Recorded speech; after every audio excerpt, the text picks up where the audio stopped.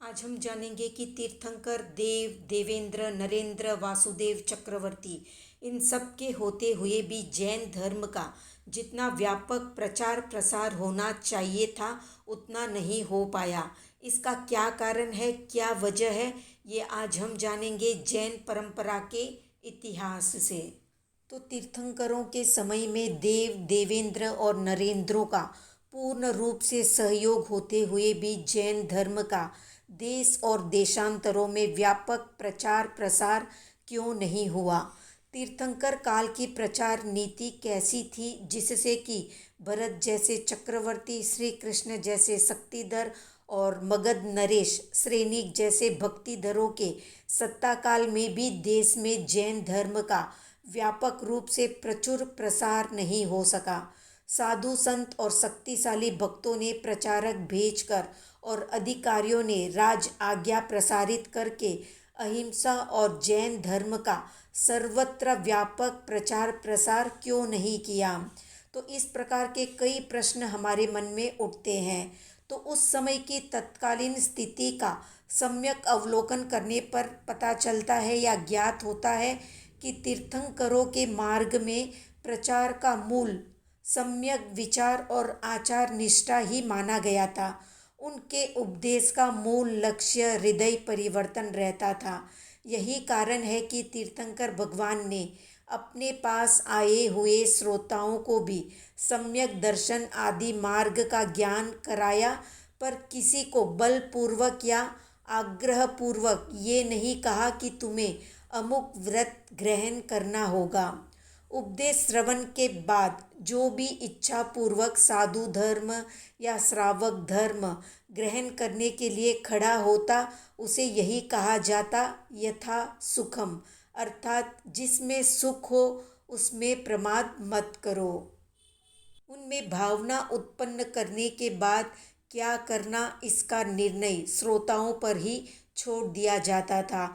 आज की तरह बल प्रयोग या आडंबर से प्रचार नहीं किया जाता था। यही कारण है कि प्रचार की अपेक्षा आचार की प्रधानता थी। अन्यथा चक्रवर्ती और वासुदेवों के राज्यकाल में अनार्य खंड में भी जैन धर्म के प्रति व्यापक आदर हो जाता और लाखों ही नहीं करोड़ों मनुष्य जैन धर्म के श्रद्धालु अनुयायी बन जाते और सर्वत्र वीतरागवाणी का प्रचार और प्रसार हो जाता। तीर्थंकरों के समय के प्रचार को देखते हुए ऐसा लगता है कि उन्होंने ज्ञान पूर्वक विशुद्ध प्रचार को ही उपादेय या स्वीकार करने योग्य मान रखा था।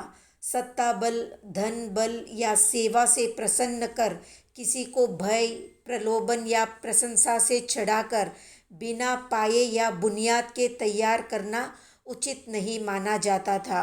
जैन साधु सार्वजनिक स्थान में ठहरते बिना भेदभाव के सब जातियों के अनिंद्य कुलों से भिक्षा ग्रहण करते और सबको उपदेश देते थे। धर्म संप्रदाय या धर्म परिवर्तन कराने में खास रस नहीं लिया जाता था। बोध पाकर कोई स्वयं धर्म ग्रहण कर लेता या करना चाहता उसे ही दीक्षित किया जाता। जैन आचार्य या शासकों द्वारा कोई बलात् धर्म परिवर्तन का उदाहरण आज तक नहीं मिलता है। प्रचार प्रसार का तरीका ये था कि किसी विशिष्ट पुरुष को ऐसा तैयार करना कि वो हजारों को धर्मनिष्ठ बना सके। उस समय किसी की धार्मिक साधना में बाधा पहुंचाना या किसी को धर्मच्युत करना जघन्य कृत्य समझा जाता था। आज की स्थिति उस समय से बहुत ही भिन्न थी। आज अनार्य देश में भी आर्यजन आते जाते और रहते हैं और कई अनार्य लोग भारत की आर्य धरा में भी रहने लगे हैं। एक दूसरे का परस्पर प्रभाव पड़ता है। ऐसी स्थिति में ये आवश्यक है कि उनमें अहिंसा, सत्य और सदाचार का खुलकर प्रचार किया जाना चाहिए।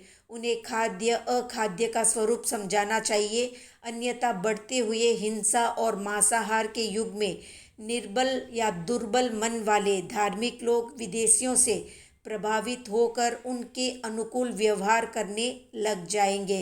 इसलिए प्रचार आवश्यक है, पर वो अपनी संस्कृति के अनुरूप होना चाहिए। हमारी प्रचार नीति आचार प्रदान और ज्ञान पूर्वक हृदय परिवर्तन की भूमिका पर ही आधारित होनी चाहिए। इसी से हम जिन शासन का हित कर सकते हैं और यही तीर्थंकर कालीन संस्कृति के अनुरूप प्रचार का मार्ग हो सकता है। तो ये थी संक्षिप्त जानकारी। आज का प्रश्न है कि जैन किसे कहते हैं, कमेंट में बताएं। वीडियो पसंद आया तो लाइक शेयर सब्सक्राइब करें।